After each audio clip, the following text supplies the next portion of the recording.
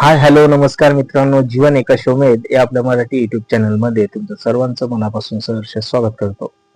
I hope सर्व छान असतील, स्वतःची आणि इतरांची काळजी घेत असतील. त्याचप्रमाणे आयुष्य जगत असताना दुःख भरपूर आहे.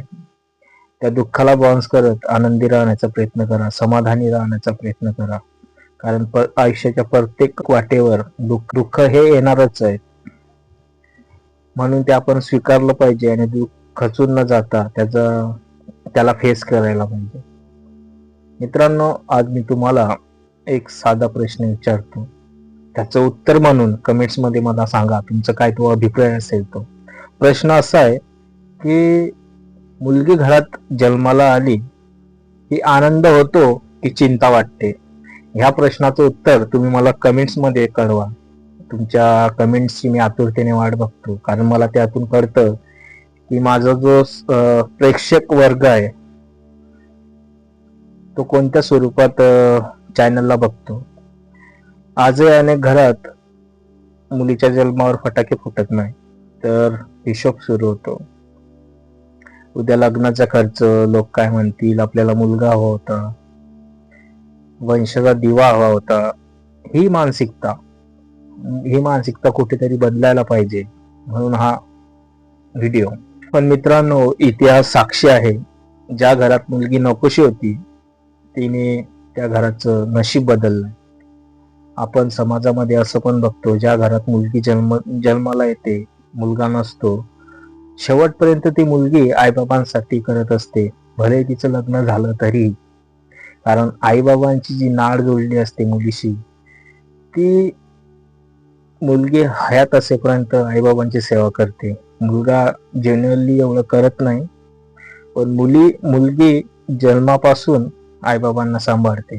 मग बाबा घरात म्हणजे बाहेरून आले तर त्यांना पाणी देण्यापासून, जेवण देण्यापासून किंवा कपडे धुण्यापासून घरातली जी लहान मोठी छोटी मोठी कामे मुलगी करत असते. म्हणजे ज्या घरात मुलगी जन्माला येते त्या घराचं नशीब तर बदलतच. कारण मुलगी ही जन्म घेतल्यानंतर लक्ष्मीच्या पावलांनी येते. पण कुठेतरी अशा गोष्टी घडतात की त्याने मन सुन्न होतं की मुलगी जन्माला आली, मग आता आपला खर्च वाढला, लग्नाचा खर्च वाढला, सुरू होतो. ह्या गोष्टी चालू आहे. मुलगी लहानपणापासूनच जबाबदाऱ्या घेऊन येते. म्हणजे आताच मगाशी बोललो, कपडे धु, जेवण बनव, हे ते सर्व. मुलाला जास्त प्राधान्य दिलं जातं, मुलगा शिकतो, पण मुलगी घरातली कामं शिकत असते. त्यासोबत शिक्षण जर घेऊ दिलं इन केस, तर शिक्षणामध्ये अग्रेसर होऊ शकते, काहीतरी कमवू शकते, स्वतःच्या पायावरती उभी राहू शकते. पण काही समाजात असे पण म्हणजे चित्र बघायला मिळतात की ते मुलालाच प्राधान्य दिलं जातं, मुलीला नाही दिलं जातं. स्वप्न पाहायचं धाडस मुलीमध्ये असतं, पण ते स्वप्न पूर्ण होईल काय, म्हणून मुलींना कष्ट करायची सवय लहानपणापासूनच असते.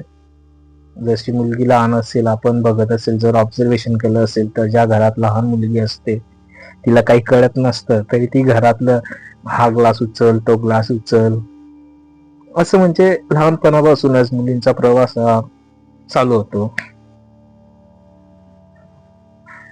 ती रडली नाही, ती थांबली नाही.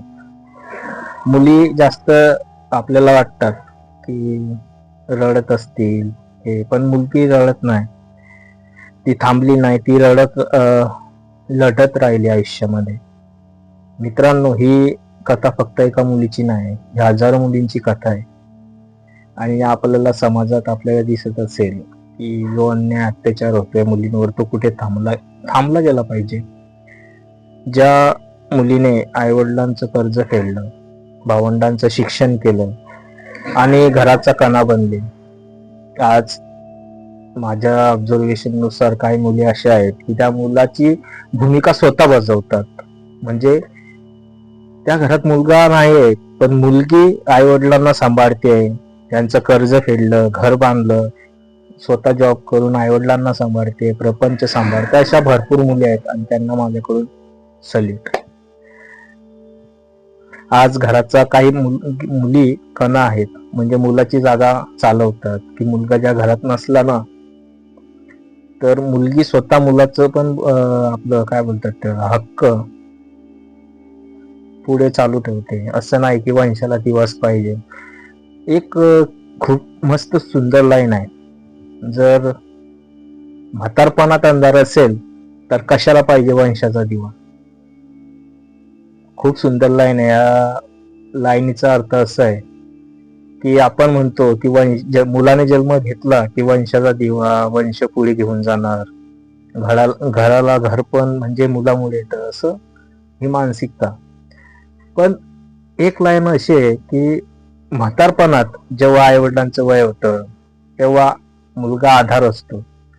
त्यावेळी असे किती अनाथ आश्रम आहेत की मुलगा स्वीकारत नाही आई वडिलांची जबाबदारी होणं काही, तर त्यावेळी मुलगी खंबीर राहते. आणि अशी चित्र ऑब्झर्वेशन मध्ये आहेत. म्हणून मुलगा वंशाचा दिवा आहे.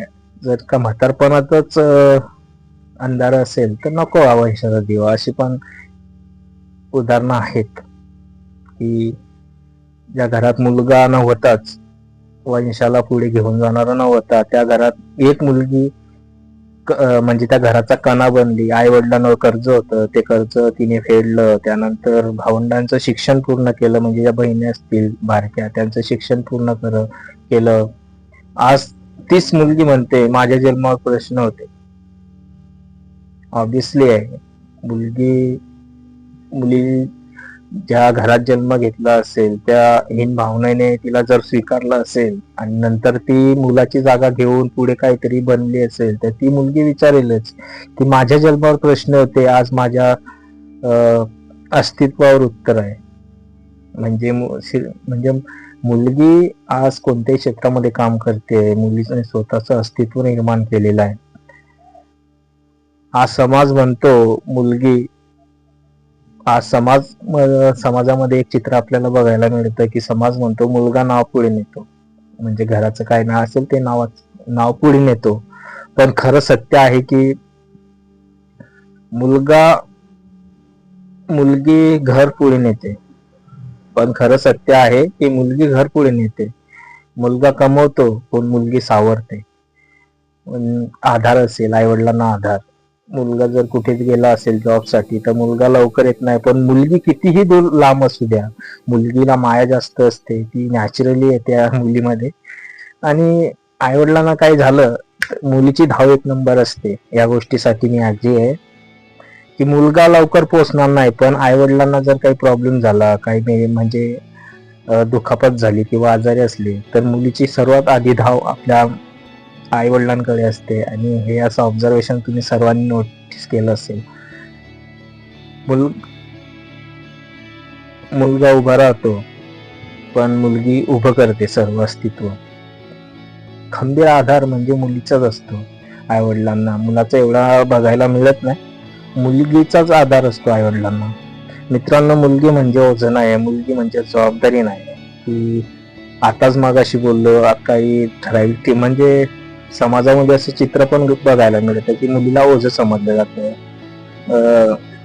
पण मुलगी ओझं नाही मित्रांनो. मुलगी म्हणजे जबाबदारी ही नाही आहे की मुलीवर घरातली कामे ती आहे ती करतेस, पण जबाबदारी नाही आहे की कोणतीही काही गोष्टी दिल्या मग तू हे सांभाळायचं, तुझं हेच काम आहे, ही जबाबदारी नाही द्यायला पाहिजे मुलींवर.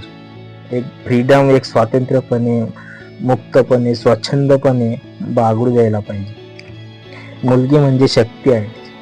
शिक्षण दिले तर डॉक्टर होते, संधी दिली तर अधिकारी होते, आणि विश्वास ठेवला तर कोणतीही मुलगी समाजातली इतिहास घडवते. हे पण एक सत्य आहे.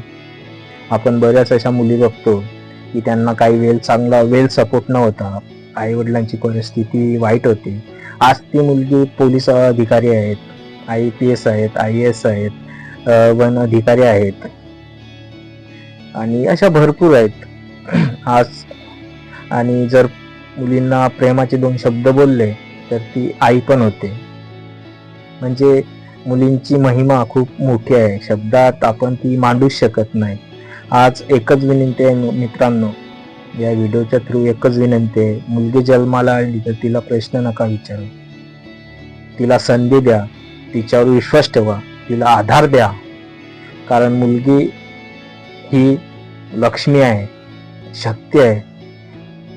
मुलगी नशीब बदलणारी शक्ती आहे. मुलगी जन्माला आली म्हणून नशीब बदलत नाही. एखाद्या घरात मुलगी जन्माला आली तर नशीब बदलत नाही. मुलगी घडवली गेली तरच संपूर्ण घराचं नशीब बदलतं. म्हणजे यामध्ये असं आहे की मुलगी जन्माला आली म्हणून नशीब नाही बदलत. त्या मुलीच्या म्हणजे तिच्या काय स्वप्न असतील किंवा तिला काय बनायचं असेल, तिच्या आशा आकांक्षा महत्वाकांक्षा काय असेल ते त्या मुलीला करू द्या, तरच एक संपूर्ण नशीब बदलेल मुलगी, असा या ओळीचा अर्थ आहे. की काही तर गोष्टी अशा असतात की मुलीने शिक्षण घ्यायलाच नाही पाहिजे. ह्या हीन भावना, ही मानसिकता ही बदलायला पाहिजे कुठेतरी. म्हणून मुलींना संधी द्या, विश्वास ठेवा. आजच्यासाठी एवढंच मित्रांनो. तोपर्यंत जय हिंद, जय महाराष्ट्र. व्हिडिओ आवडला असेल तर व्हिडिओला लाईक करायला काही हरकत नाही, कारण तुमचा एक लाईक, तुमचं एक सबस्क्राईब माझ्यासाठी प्रेरणा ठरतं आणि मी तुमच्यासाठी असे नवनवीन व्हिडिओ आणण्याचा एक छोटासा प्रयत्न करतो.